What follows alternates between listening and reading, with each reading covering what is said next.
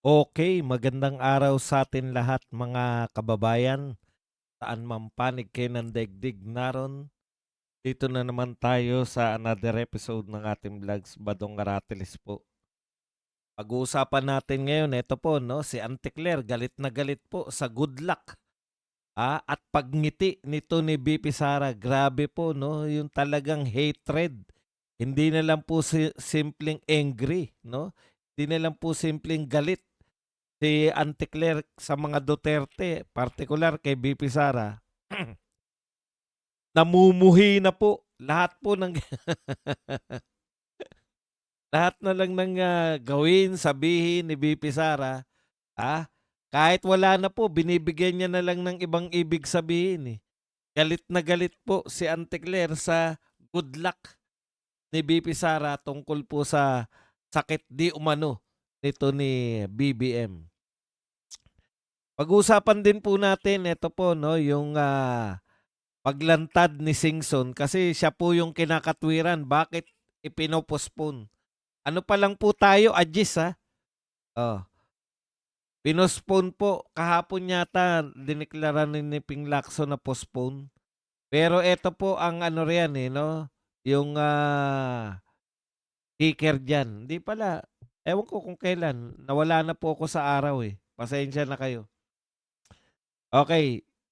Sabi ni Singson, meron po siyang nakahandang affidavit. In fact, papunta po siya ng Senado sa binigay nilang deadline. Sila po nagbigay ng deadline kung kailan pupunta ron o kung kailan siya pinapupunta ron sa Senado. Bago siya makarating, nariyan na po yung abiso na siya po na pinopospone na po yung Blue Ribbon Committee hearing. Alam niyo na kung bakit. Okay. Pag-uusapan din po natin, ako, napaka-atindi po ng ginagawa ngayon ni anong tawag nito? John Vic Remulla, no? Talagang putya daig pa po ni John Vic Remulla yung sinagawa ni Pangulong Duterte. Ang tindi po nito. Ha? Ang galing. Talaga po yung panghuhuli o yung tinikitan po ni John Vic Remulla, tinikitan po ng mga pulis. Ito pong isang tao, na napakatindi po ng krimen na nagawa. Grabe po. Matindi pala 'to si John Vic 'pag nagsalita talaga 'to, 'no? Ang tindi mo, John Vic, ha? Tinikitan ang isang taong napakalaki ng kasalanan. Nakahubad po. At marami pa pong balita. Pero bago 'yan, kung bago ka pa lang dito sa ating channel, mag-subscribe ka na. Dahil ito lang ang tanging channel na may kinikilingan, may pinapanigan, una sa balita, huli sa impormasyon, kaya ano pang hinihintay nyo? Pindot na, okay. Pag-usapan natin, no? Alam po ninyo, hindi na po normal, hindi na po normal ito pong ginagawa ni Auntie Claire o yung nararamdaman ni Auntie Claire. Obsession na po 'to kay BP Sara. Yung nararamdaman po ni Auntie Claire, dito po kay sa ating Vice President ay bordering to obsession na po. Bakit ko po nasabi yan? Eto po, tignan nyo naman. May nagtanong ng reporter kay BP Sara, ano pong masasabi nyo sa di umano ay may sakit si BBM? Ang sagot ni BP Sara, alam nyo naman si BP Sara, pinag-isipan niya ang kanyang isasagot. Tumigil saglit at napangiti na good luck. Yan po. O, tapos, umalis na po si BP Sara sa kanyang mga kausap na mga reporter or mga vloggers.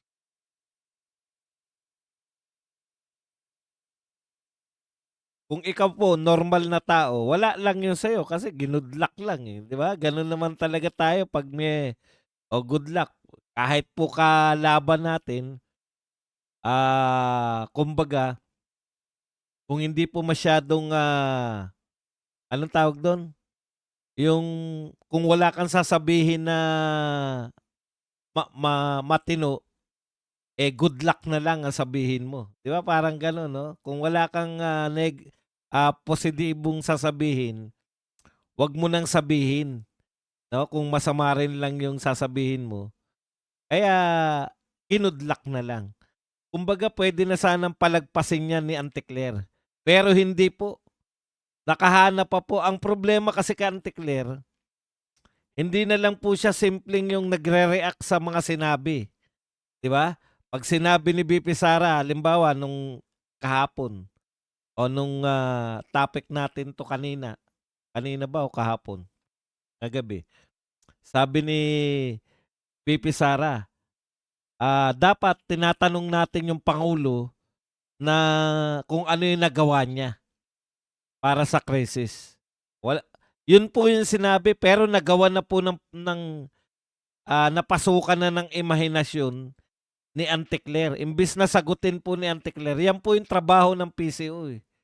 'Pag meron po nagko-question halimbawa, ano ba yung, ginagawa ng pangulo, ililinaw po nila para maipakita po na may ginagawa pala yung pangulo. Pero si Auntie Claire binabalik niya lang kay VP Sara, eh. So sinabi niya na wala siyang maibibigay na solusyon. Anong klaseng ba et cetera, et cetera. Sinasamahan mo ng imahinasyon. Dapat kasi bilang mga tao sa at yung PCO na nagsasabi na ipapakulong nila yung mga nagpe-fake news, dapat istrikto kayo dun lang sa sinabi, dun lang kayo mag-react. 'Di ba? Hindi niyo po kasi istrikto yung amo mo, eh. Bawal ang fake news, eh. Tapos kayo pwede kayong kita niyo ginagawa niyo, ha. Kayo manghuhuli kayo ng mga vlogger dahil sa fake news, pero pwede kayong magsapantaha. Eh, kung ganyan lang din yung ginagawa ng mga vlogger, sa tingin ko iniisip ni VP Sara 'to, sa tingin ko. Oh, bakit pwede kay Auntie Claire, hindi pwede sa mga vlogger? Yan ang tanong ko sa inyo. O pakinggan muna natin si Auntie Claire bago tayo tuluyang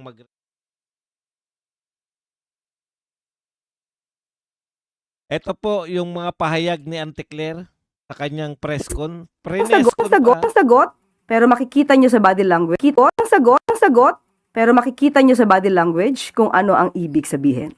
O, kita nyo. Nung tinanong ito, Tignan po nyo, ha. Pati body language.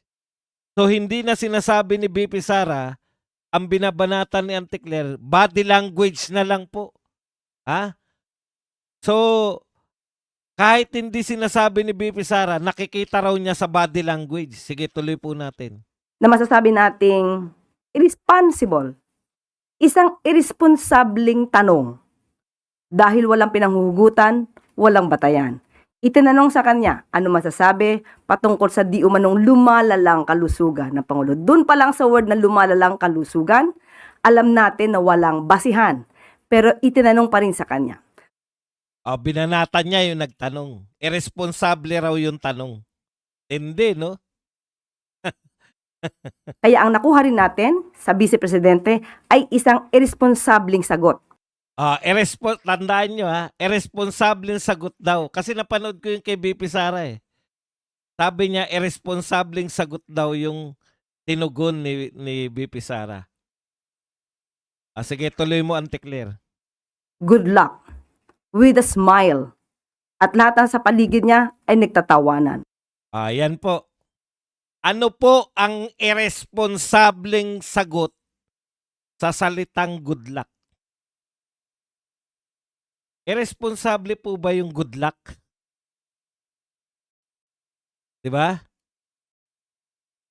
Ganun po yung imahinasyon. So kung kami mahigpit, Auntie Claire, sasabihin namin fake news ka. Ano po ang irresponsable sa salitang good luck? Pag ikaw ba, kunwari may magsabi sa akin, ang mga bossing, alis na po ako. Good luck. Mga bossing, ano na ako. Sige, good luck. Irresponsable kayo. Ginugood luck nyo ako, ha. Magmula ngayon, Irresponsible na yung salitang good luck. O kasi, bakit po naging irresponsible yan? Sa utak kasi ni Auntie Claire, lahat, walang sasabihin na maganda si BP Sara. Kaya yung good luck, kinakailangan niyang ipaliwanag na ito ay irresponsableng sagot sa irresponsableng tanong.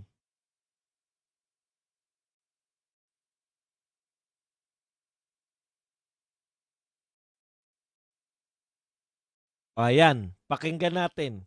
Ituloy natin yung paliwanag niya kung bakit naging irresponsable ang good luck. Bilang isang Pilipino, hindi natin gawi ang mangutya, pagtawanan, ang sino mang may sakit. Ayan, hindi raw natin gawi ang mangutya at pagtawanan ang sino mang may sakit. Tama ka dyan. Pero anong kinalaman sa irresponsable yung good luck? Di ba? Advance ka mag-isip eh. Kumbaga, sinabihan, good luck. Binigyan niya kagad. Ano yung kahulugan ni BP Sara? Nang aasar? Kasi ginugood luck niya. Tuloy natin. Lalong-lalo na kung ito'y ginagawa lamang. Ginagawang sakit para masira ang Pangulo. Ang sabi nga nila, an idle mind is the playground. Or rather, an idle mind is devil's playground. Talbog sa'yo yan. Di ba? Good luck lang ang sinabi, pero pinaglaruan na ng isip mo. Devil's mind, ikaw yun. So makikita natin, tumawa, is that a last laugh mentality or mockery of misery? Hindi ba dapat ang isang tao kapag may sakit, mas binibigyan natin ng atensyon at binibigyan natin ng dasal para mas maging maigi ang kalusugan? Hindi mo tatawanan at parang ikaw pa ay sarcastic sa iyong mga kasagutan. Ayun. Tignan nyo, himay-himayin natin yan. Ha? Alam po ninyo, wala pong, ang sinasabi po nila, walang sakit ang Pangulo. Paano ka masasaktan kung hindi naman totoo? Halimbawa po, may nagsabi sa akin, hindi naman totoo, sabi sa akin na, bobo mo badong. Sa tingin nyo, masasaktan ako pag may nagsabi sa akin ng bobo ako?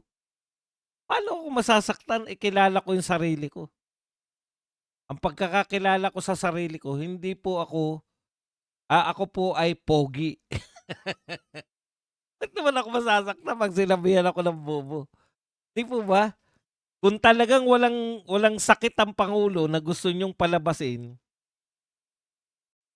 bakit kayo masasaktan? Dapat pinagtatawanan mo nga. So sa mga actuation mo, magano rin kami ha. Magde-devil sa mind din kami ha. So sa mga sinasabi mo, totoo pa lang may sakit ang Pangulo. Kasi dapat ipagdasal daw namin. Huwag ka mag-alala. Matagal na kami nagdadasal. Yung dasal namin, matupad yung dasal ni Cara David. No? Yung dasal ni Cara David na mamatay na sana lahat ng korap. Okay. Totoo po yan. Yung sinasabi niya na hindi gawain ng Pilipino yung mangutya pag may mga sakit. Correct. Pero sa tindi po ng ginawa ninyong pagnanakaw, sa tindi ng pagnanakaw ngayon, netong mga tao sa gobyerno, hindi nyo pwedeng i-deny yan. Dahil sabi nyo nga, pinaimbestigahan ni BBM. Si BBM mismo yung nagpaimbestiga. Sa tindi po ng pagnanakaw na naganap sa panahon ni BBM, hindi na po napipigilan yung mga tao na pag may nabalitaan kami na nagkaroon ng karamdaman na pinaghihinalaan namin na dahilan kung bakit nagkaroon ng malalaking nakawan, natutuwa po kami. Ang pagkakaiba lang po, noong sinasabi mo mga Pilipino nung nagdaang panahon, itinatago yung kasiyahan pag may nababalitaan ng mga sutil na tao na nagkakasakit, itinatago yung kasiyahan Pag may narinig na namatay na sutil na tao. Ngayon po, dahil sa tindi ng pasakit na binigay ninyo sa mga Pilipino, hindi na po nagtatago yung mga Pilipino. Pag nabalitaan namin na mayroong nagkasakit na malubha sa mga pinaghinalaan naming magnanakaw, natutuwa kami. Pag nabalitaan naming may namatay sa mga pinaghinalaan naming magnanakaw, nagdidiwang kami. Pag kami po ay nag-iisa at wala kaming nagagawa, pinapanalangin namin na magkatotoo ang panalangin ni Cara David. Yan po ang katotohanan. Hindi na po kami nagtatago. Sa tindi ng ginawa ninyo kay Tatay Digong, sa tindi ng ginagawa ninyo kay BP Sara at sa buong pamilya ng Duterte, sa tindi ng pasakit ninyo sa mamamayang Pilipino, nakaw dito, nakaw doon. Sa tindi ng kawalan ninyo ng kasagutan sa mga problema. Problema sa pagnanakaw, problema sa langis. Inaamin nyo lang eh. Panay lang kayo pag-amin. Ano inaamin ni Garin dun sa hearing? Inaamin ni Garin, kinorek niya pa si Tinyo eh. Sabi ni Tinyo, isa tayo sa may pinakamataas na itinaas na porsyento ng langis. Sabi pa ni Garin, hindi po, tayo po ang may pinakamataas. Department of Energy siya pa nagbalita na yung Pilipinas daw ang may pinakamataas na porsyento ng tinaas sa presyo ng langis. Proud pa siya eh. Ang tanong, ano ang solusyon nyo? Wala lang. Sanay na kami na wala kayong kalutasan. Yan ang katotohanan. Mamigay ng ayuda. Para saan? Mamigay ng ayuda. Para makapagpalabas ng pondo.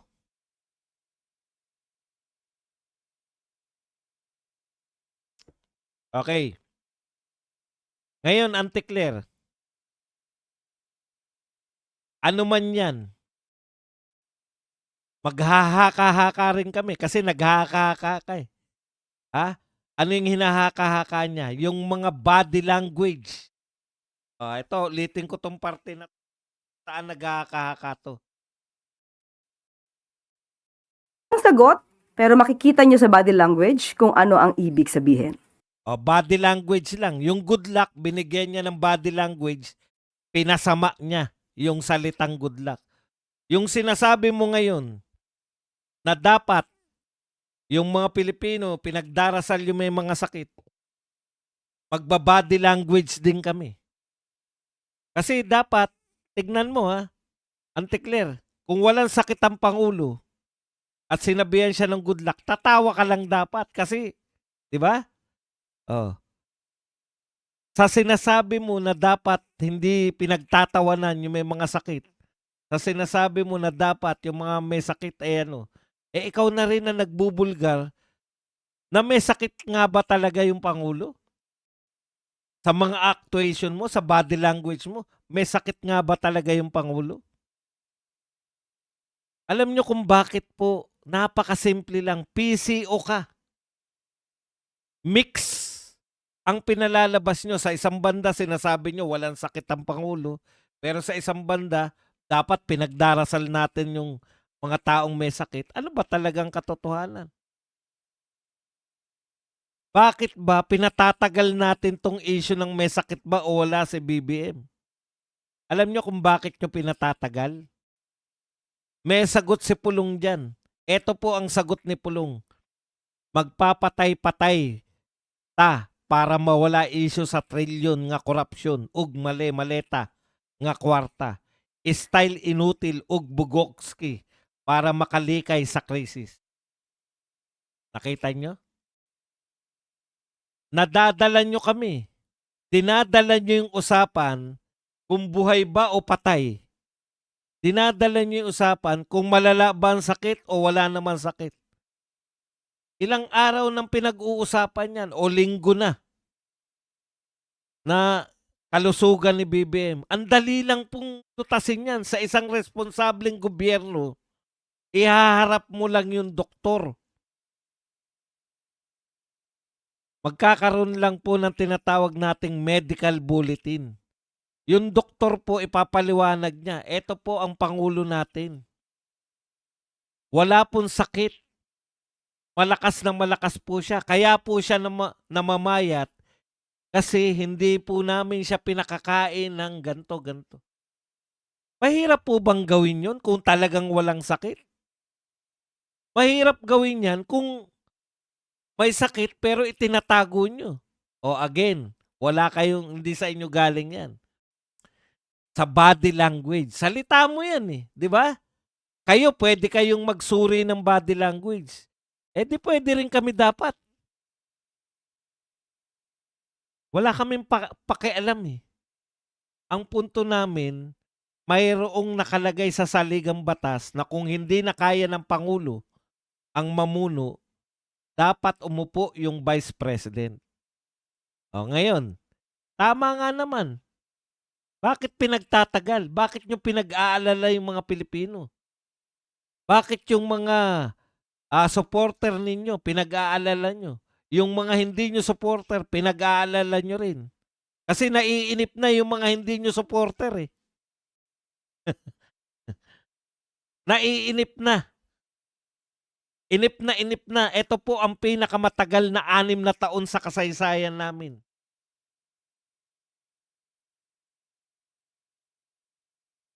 Tama si Pulong. Maski yung sakit o kawalan ng sakit. O yan ha. May sakit man o walang sakit yung Pangulo, lihim kayong natutuwa kasi ito ang pinag-uusapan. Kung may sakit ba kung ang Pangulo o wala. O malala ba o ano. Para lahat kasi sa inyo, iniisip nyo yung susunod na diversion. Diversion, diversion, diversion. Wala na po nag-uusap dyan sa lintik na impeachment ni BP Sara. So, kinakailangan nyo na ng panibagong diversion. Nagagalit pa rin ang tao, bumabalik pa rin sa trilyon. Kasi hindi tumitigil sila, Attorney Baligod. Maya't maya, naglalabas ng mga maleta videos. Wala nagpapaliwanag sa inyo ng mga mali-maleta. Diba? Pero alam ng tao, nabibidyo yung maletas, nakabidyo yung mula eroplano papunta sa mga mamahaling sasakyan. Hindi nyo malilin lang ang tao habang buhay. Malilin lang nyo pansamantala pero hindi habang buhay. Tama yun. Maski yung sakit ng Pangulo, ginagawa nyo ng diversion.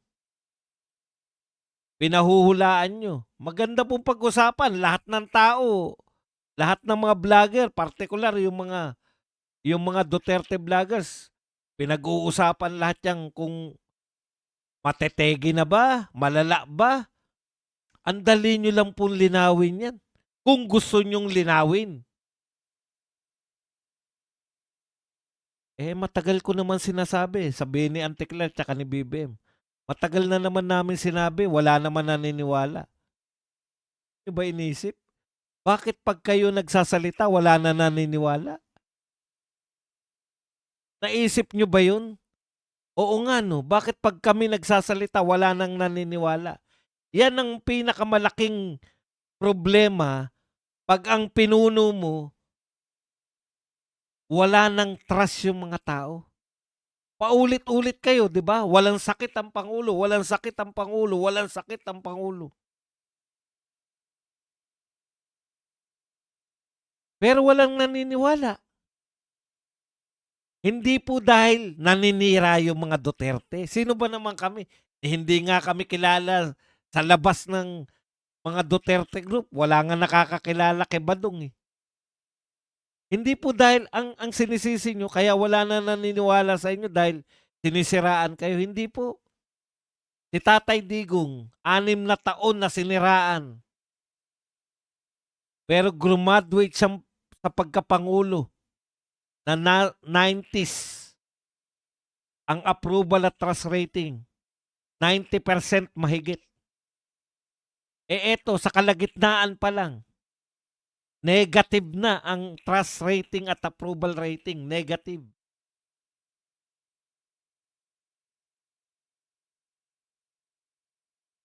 Paano kayo paniniwalaan? Wala kayong effort para talagang magsikap na paniwalaan kayo. Ilabas nyo yung doktor sa St. Luke siya magpaliwanag. Diverculitis, sinasabi, di nga namin naintindihan na may sakit palang ganyan. Ano namang alam namin dyan? Ano rin ang alam nyo ron? Di ba? Hindi po kayo otoridad, hindi rin kami otoridad. Ilabas nyo lang. May power po yung Pangulo. O sige, mag-press con tayo. Dok, ikaw na nga magpaliwanag sa kanila na malakas ako. O so ngayon, anong gagawin ng mamamayan? Maghinala. Pag naghinala yung mamamayan, dyan na sentro yung usapan, natutuwa kayo. Bakit? Kasi nadadivert. Dalawa na po ang dinadivert nyo. Nadadivert sa mali-maleta at nadadivert yung mga tao na tayo lang yung bansa na sa kabila ng bumagsak na yung presyo ng langis dahil ceasefire na eh. Pero sa atin, pataas pa lalo eh. Dalawa po, hindi kayo makatugon sa krisis at ikalawa, wala kayong napapakulong na magnanakaw. Nasa na yung December, may magnanakaw na makukulong. Malalaking tao na makukulong. Bigla na nahimik si Dizon at saka si BBM dyan. Yung ICI na ginawa ninyo, budol. Ano pa ang budol ngayon? Pucha, Padong, ano yung sinasabi mong di tumutugon? Nagdeklara nga ng emergency. In fact, tayo ang kauna-unahan na nagdeklara. Wala naman pong kwenta yung deklarasyon kung wala naman nagawa. Kung nag-declare ka ngayon na meron tayong energy emergency at sinabihan mo na ibaba nyo yung presyo ng langis. Ayan, natuwa kami. Wala naman eh. Deklarasyon lang eh. Ang dami nyo ng beses ginawa sa amin yan. Akala nyo pag nagdeklara okay na. Wala na ba nag-i-scatter ngayon? Meron pa rin. Kutya, pag naglaro ka nga ng kahit na anong games eh. Ang nilalaro ko lang yung bubble eh. Yung tinitira mo yung bubbles. Lahat na po ng scatter. Hindi ko alam kung anong tawag dyan sa online games na yan. Scatter lang yung sikat eh. Maya't maya. Yun po yung advertisement. Natigil ba? Wala. Wala kayo nalulutas sa totoo lang. Nagdedeklara lang kayo na nagdedeklara. Magtatayo tayo ng crisis committee. Ano na rekomendasyon ng crisis committee? Totoo bang nag-meeting yung crisis committee kahit kailan? Wala.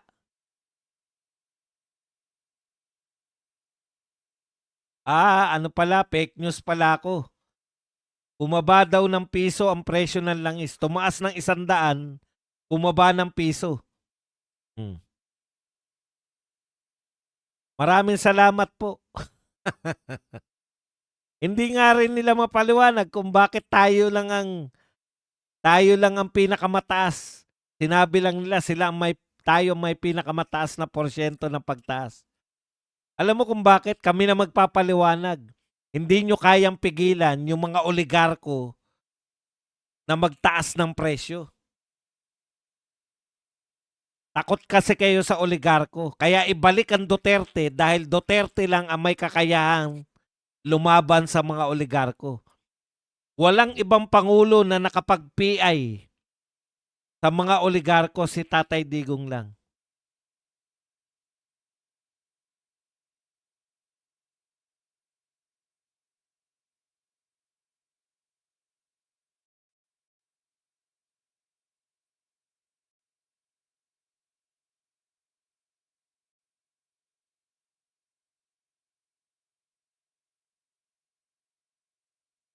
Hindi yata nagmi-meeting yung crisis committee na yan.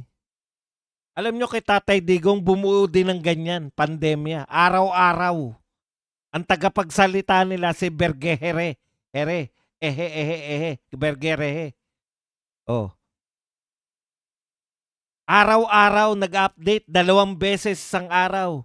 Nag-update tungkol sa pandemic. Etong crisis na to, walang panama to sa pandemic.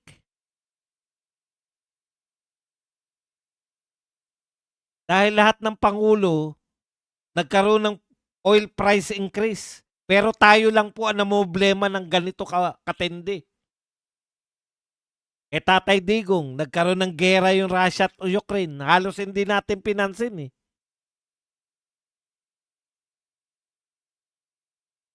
Ni walang nagsasalita tungkol sa crisis committee. Si BBM, alam na natin yung ugali niyan.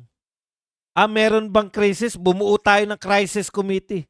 Nung tinanong si Auntie Claire, sabi niyo walang crisis, bakit may crisis committee? Di ba? Anong sagot ni Claire? Advance kasi tayo. Wala pang crisis, may crisis committee na.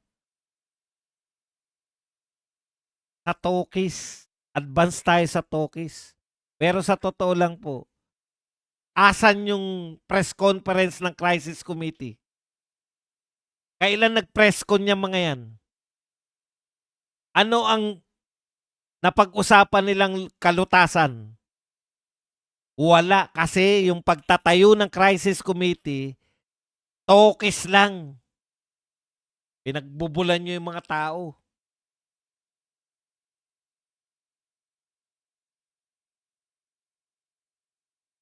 Advance. Wala pa raw crisis, may crisis committee na.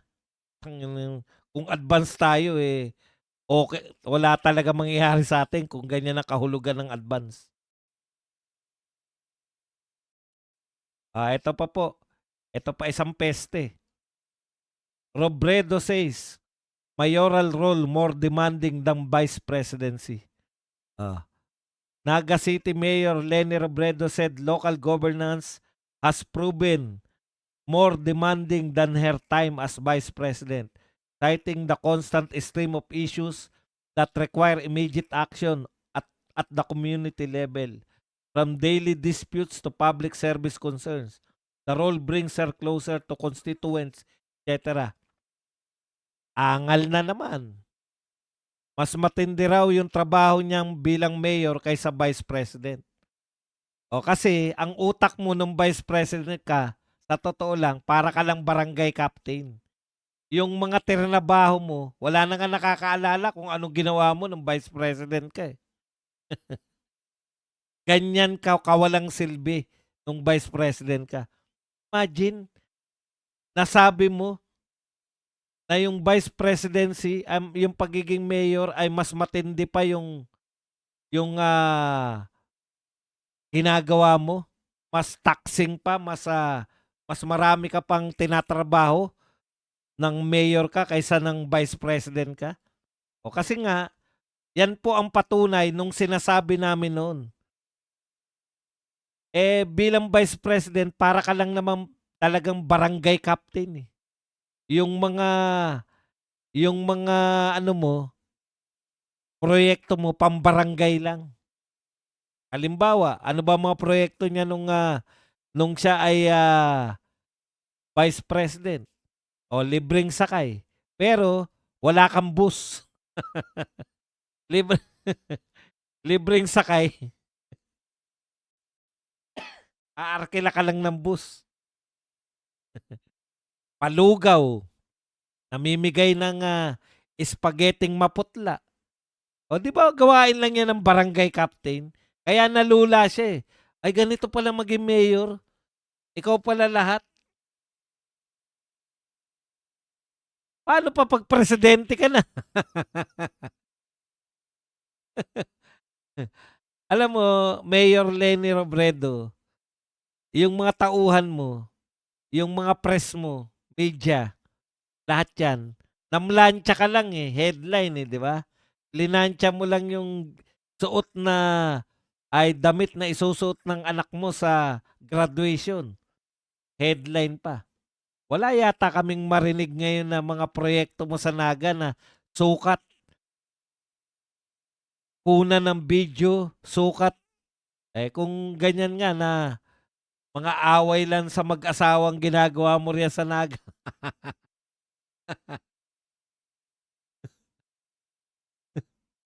'Pag may mga bagyo, putya e-epal ka, may dala-dala kang pandesal. Tandang-tanda ko sa Taal yata yun, eh.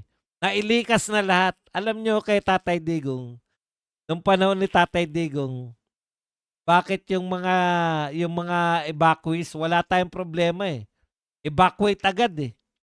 Wala pa ngang bagyo, nabalitaan pa lang, nasa evacuation center na, eh. Kasi sa evacuation center, doon namimigay ng mga kahon-kahon. Si Tatay Digong nagpauso niyan, eh. Yung kahon-kahon ng DSWD. Bakit hindi ka mag-evacuate? Una, maganda tulugan. Ikalawa, meron ka kagad relief goods dun. Umiepal to si Leni Robredo. Putya, nagdala ng mga pandesal dun. Pero hindi marami, ha. Pang photo ops lang. Tapos nailikas na ni Tatay Digong sa Taal, tandang-tanda ko to, eh. Nailikas na ni Tatay Digong yung mga tao. Siyempre kinakailangan ni Leni Robredo na may masabi siya sa press. Dapat po hindi lang po tao. Hindi niya mabanatan, eh, na hindi na ililikas, eh. Anong banat ni Leni? Dapat po hindi lang mga tao ang nililigtas natin. Dapat po yung mga hayop din iligtas natin. So meron naman siyang ginawa na evacuation center ng mga hayop.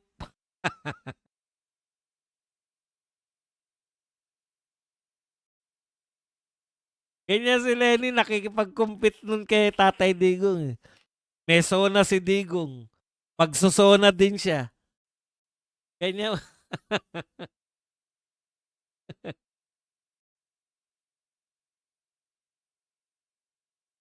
Kaya nagulat siya, eh. Matindi pala. Ang hirap pala maging mayor. Puta, mayor pa lang, hindi mo na kaya, eh. Samantalang nung vice president siya, photo ops lang ng photo ops.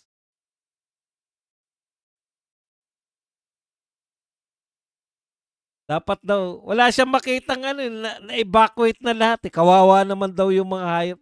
Natandaan niyo yan? Tawa ako ng tawa, eh. Ayan to. Masabi lang.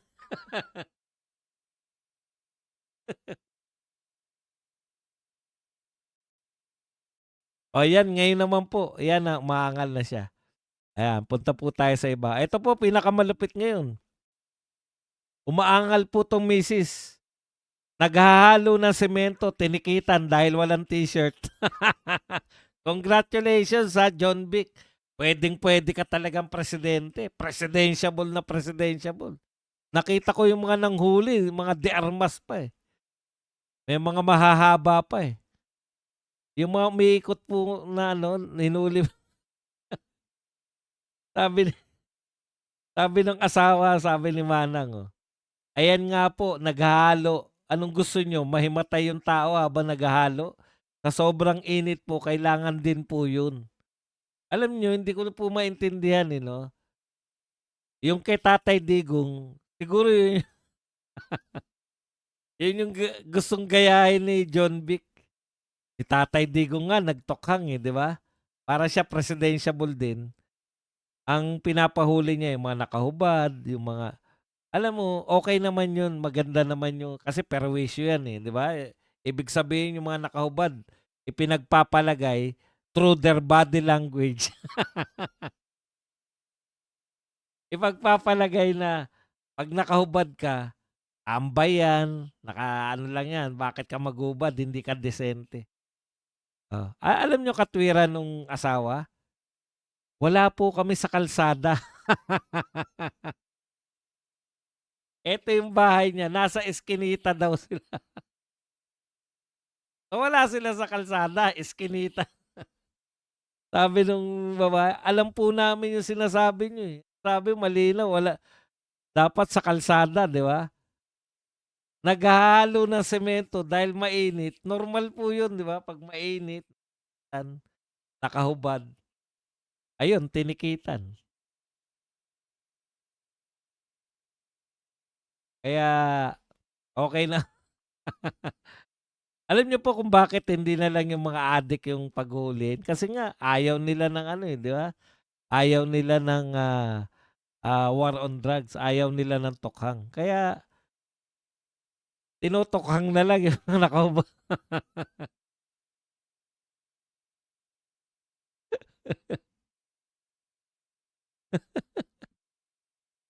Natawa ako sa ali. Naghahalo lang po ng semento. Wala po ba exception 'pag gano'n? DILG John Vic, obvious naman siguro 'pag sinabi naghahalo ng semento, tala perwisyo po ba 'yun? 'Pag yung nakahubad na naghahalo ng semento, perwisyo ba? Tapos wala po sa kalsada, naroon lang sa nagre-repair ng bakod niya ng ano, ng bahay niya, nasa tabing-tabing bahay. Ang alam ko po kaya niyo tinitikitan, kaya niyo po sinasaway dahil perwisyo. Tama po 'yan, mga nagiinuman sa kalsada, maya-maya halimbawa napatingin ka sa kanila, "Baka makatingin nito, 'di ba, mga gano'n 'yan. Pero yung nagpapa nagre-repair na nagre-repair ng bahay, doon malapit lang sa bahay niya,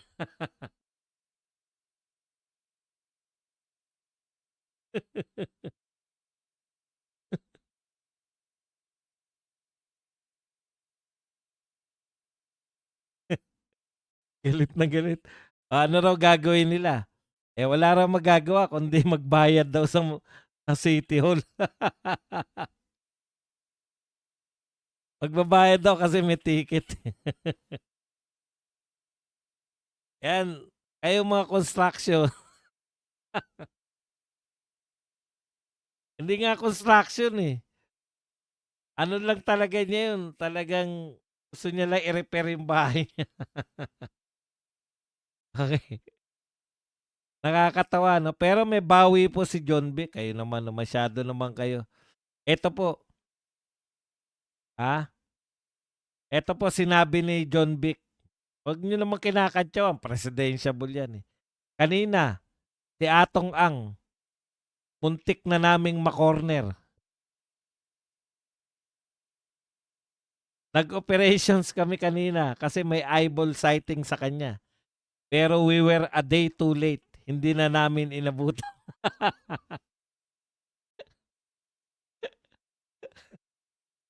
Bilib ka rin sa mga press, no?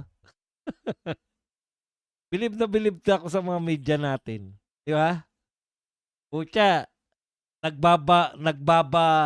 nagbabanatan sa Supreme Court. Yung mga oral arguments sa Supreme Court. Hindi po nila binabalita yung mga mainstream media. Eto, ang tindi ng balita. Muntik na naming ma-corner. Hindi sinabing muntik na naming mahuli, ah. Muntik na naming ma-corner si Atong Ang. Eh, Secretary John Vic, kumusta naman po yung isinasagawa niyong manhunt kay ano, kay Saldico? Alam na namin na nasa Portugal siya. Binabantayan na namin. Diyan siya kung saan siya nakalugar. Putya, bigla nag-affidavit sa binabantayan na raw nila doon sa Portugal, bigla nag-affidavit sa embassy. Nalusutan ka? Pero yun talaga yung muntik. Hindi talaga, bilib ako sa ang gagaling po ninyong mag-ano ng balita. Mga importanteng balita. Muntik nang ma-corner ni John Vic Remulla si Atong Ang. Hindi, no?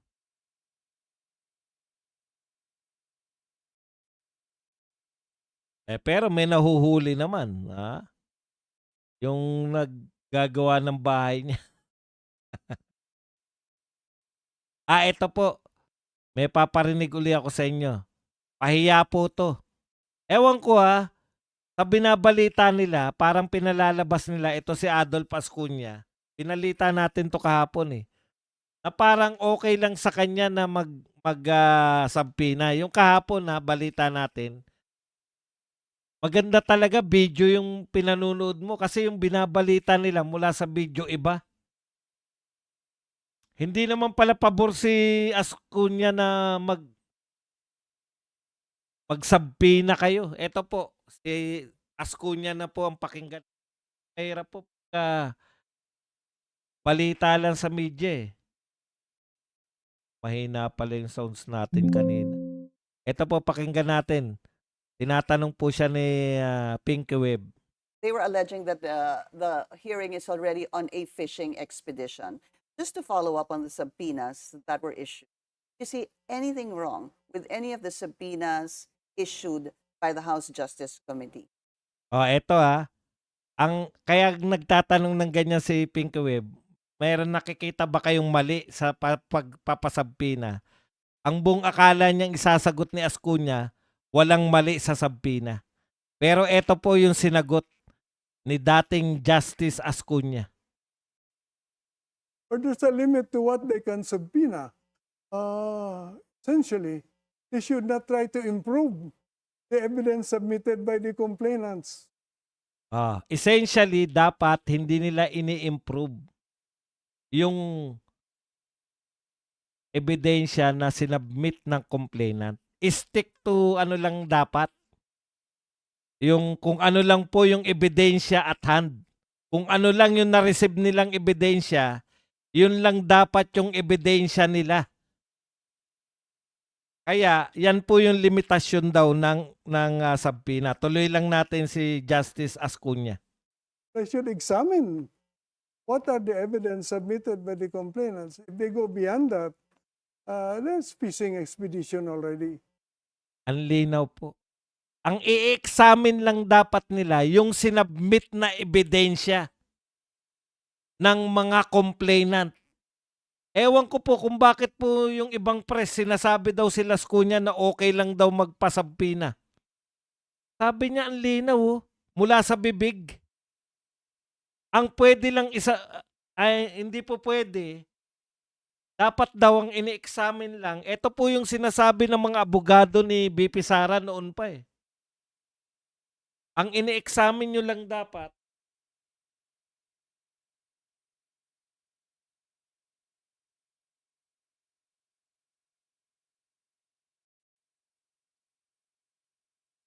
daw po ina-examine nyo lang yung sinabmit sa inyo na ebidensya. Beyond that, that's fishing expedition.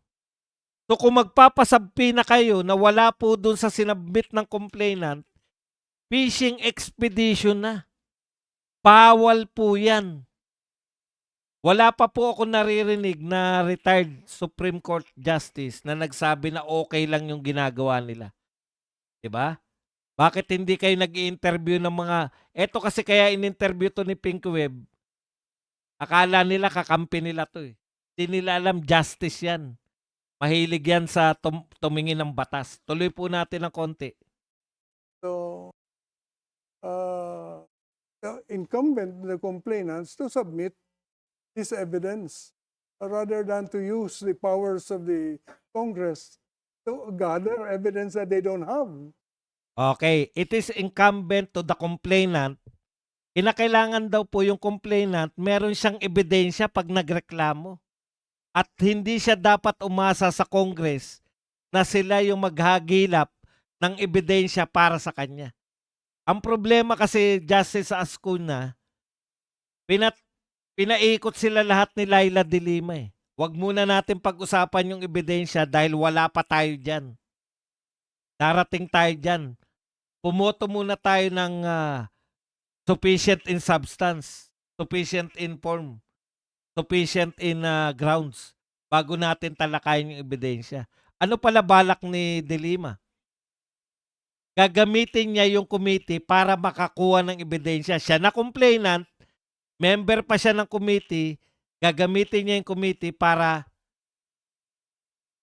makakuha ng ebidensya dahil walang ebidensya yung complainant. Tuloy natin kay Justice Ascuna. So you agree with the defense team that this is almost akin to what is happening is a fishing expedition? Tanong ni Web. So, kayo po ba ay sumasang-ayon kay Labi Pisara na ito ay akin o parang fishing expedition na? I think there is a point there because the evidence that is being sought does not come from the complainants. It is coming from the committee. Ang linaw po. May punto po ron ang kampo ni BP Sara dahil ang hinahagila po nila ngayon na ebidensya ay hindi po nagmula sa complainant kundi magmumula sa Justice Committee. Yan yung sinasabi noon pa ng mga abogado ni BP Sara. Ngayon, sige tuloy natin baka meron That pa. should not be the case. That should not be the case. Hindi po dapat ganyan, sabi ni Justice The Acuna. issuance of subpoena. Yeah, Alright. I think that is questionable. Questionable alleging that po yung pagsasubmit nila o paghingi nila ng subpoena. Wala na pong mas lilinaw dyan. No? Bago-bago, eto po, nililito tayo ng media eh. Yung written media, hindi po ganyan yung sinasabi. Ang sinasabi nila, dapat daw, yung Supreme Court hindi na nakikialam ayon kay Ascuna. Iba pala yung sinasabi sa video. Ang sinasabi po ni Ascuna sa video, hindi kayo pwedeng manghingi ng ebidensya beyond sa binigay ng complainant. Ngayon, kung wala pong ebidensya yung complainant, edi ibasura ninyo. Yun po yun. Mali yung ginagawa ng Justice Committee.